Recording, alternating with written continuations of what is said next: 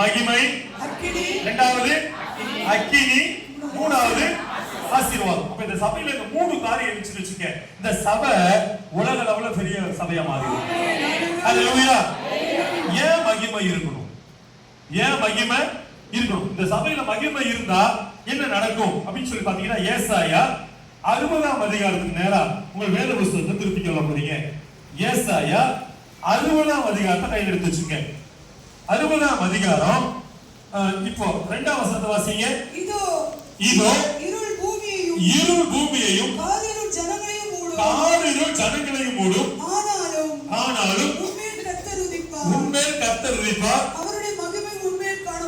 அவருடைய மகிமை உன்மேல் காணப்படும். நல்லா கவனிங்க. கர்த்தருடைய மகிமை ஆலயத்துல காணப்படுமா? ஹல்லேலூயா. கர்த்தருடைய மகிமை ஆலயத்துல காணப்பட்டா என்ன நடக்கும் பாருங்க. 3ஆம் வசனத்தை வாசிங்க. உன் வெளிச்சத்தினிடத்திற்கு ஜாதிகளும் உதிக்கிற ஒளியிடத்துக்கு ராஜாக்களும் விசுவாசிக்கிறவங்க அருளி சொல்லுவாங்க. சபையில மகிமை இருந்துச்சுன்னா ஜாதிகளும் ராஜாக்களும் சபையை நோக்கி வருவாங்களா? ஹல்லேலூயா. நாம போய் தேட வேண்டியது இல்ல, எல்லாம் தேடி தேடி வர ஆரம்பிப்பாங்க. எப்போ கர்த்தருடைய மகிமை ஒரு சபைக்குள்ள, நிறைய சபையில அந்த கர்த்தருடைய மகிமை